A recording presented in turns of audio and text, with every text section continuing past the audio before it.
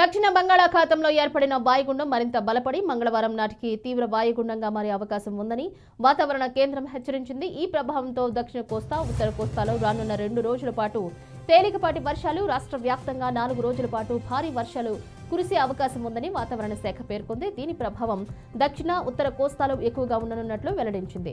వాతావరణ కేంద్రంలో 1వ నెంబర్ ప్రమాద హెచ్చరికను జారీ చేసింది. 28, 29న నెల్లూరు, ప్రకాశం, తిరుపతి, విశాఖ, శ్రీకాకుళం జిల్లాల్లో వర్షాలు కురుస్తాయని హెచ్చరించింది. తీర ప్రాంతాల్లో 35 నుంచి 55 కిలోమీటర్ల వేగంతో ఈదురుగాలులు వీసే అవకాశం ఉందని తెలిపింది.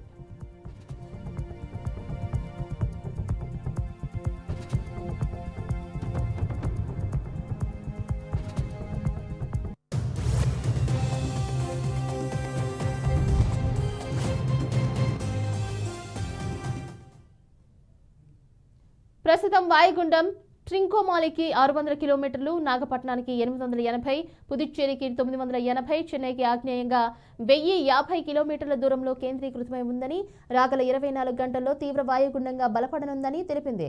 రాయలసీమలో 3 రోజుల పాటు వర్షాలు కురిసే అవకాశం ఉన్నందున రైతులు అప్రమత్తంగా ఉండాలని హెచ్చరించింది. తూర్పు హిందూ మహాసముద్రంలో మధ్య భాగాన కేంద్రీకృతమై ఉన్నది.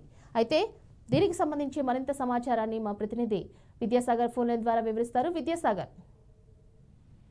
రైట్ చెందిన ప్రస్తుతం బంగాళాఖాతంలో ఏర్పడిన అల్పపీడనం వాయుగుండంగా బలపడింది. సోమవారం సాయంకాలానికైతే ట్రింకోమాల్కు 450 కిలోమీటర్లు, నాగపట్నానికి 740, చెన్నైకి 940 కిలోమీటర్ల దూరంలో కేంద్రీకృతమైంది. ఇది వాయువ్య దిశగా కదులుతూ మంగళవారం ఉదయానికి తీవ్ర వాయుగుండంగా రూపాంతరం చెందింది. ఈ 2 రోజుల్లో శ్రీలంక, తమిళనాడు తీరాల వైపు వెళ్తున్న వాతావరణ శాఖ కూడా అంచనా వేసింది. ఈ నేపథ్యంలోని తమిళనాడు, ఆంధ్రప్రదేశ్, అండమాన్ నికోబార్ దీవులు, పుదుచ్చేరి ప్రభుత్వాలు కూడా అప్రమత్తం చేసింది. రానున్న 2-3 రోజుల పాటు ముఖ్యంగా చూసుకుంటే నెల్లూరు జిల్లా, శ్రీ పొట్టి శ్రీరాములు నెల్లూరు జిల్లా, తిరుపతి, ప్రకాశం జిల్లాలో మోస్తారు నుంచి కూడా భారీ వర్షాలు కురిసే అవకాశం ఉందని ఇప్పటికే వాతావరణ శాఖ రైతుల్ని, ప్రజలను కూడా అప్రమత్తం చేసింది.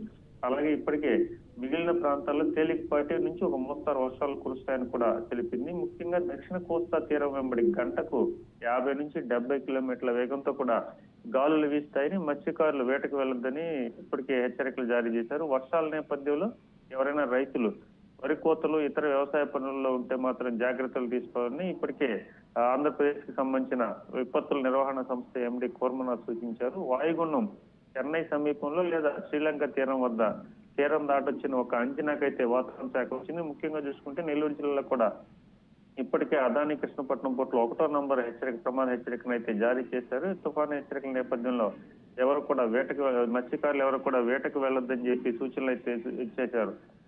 చూసుకుంటే ఈ నేపథ్యంలో ఇప్పటికే నెల్లూరు జిల్లా వ్యాప్తంగా వర్షాలు అయితే మొదలైపోయాయి. ఈ తీరం వెంబడి ఇప్పటికే ఏదైతే వాతావరణ శాఖ సూచించిందో ఈ 4 జిల్లాల్లో కూడా వాతావరణం పూర్తి స్థాయిలో మారిపోయింది. మామూలుగా చలి దుప్పట్లు కుట్టుకోండి ఈ పరిస్థితుల్లో ఇప్పటికే మేఘావృతమైన వాతావరణంతో భారీగా వర్షాలు అయితే కురుస్తున్నాయి. నెల్లూరు జిల్లా వ్యాప్తంగా కూడా ఈ తెల్లవారుజాము నుంచి భారీ వర్షాలు కురుస్తుండడంతో ప్రజలంతా కూడా ఇళ్లకే పరిమితమయ్యారు. దీనికి సంబంధించి ఇప్పటికే ఇటు కావచ్చు, అటు వాతావరణ శాఖ కావచ్చు ప్రజలను అప్రమత్తం చేయడంతో రాబోయే 3 రోజుల పాటు ఈ తుఫాను వల్ల భారీ వర్షాలు కూడా కురిసే అవకాశం ఉందని మాత్రం తెలుస్తుంది. Thank you so much Vidyasagar.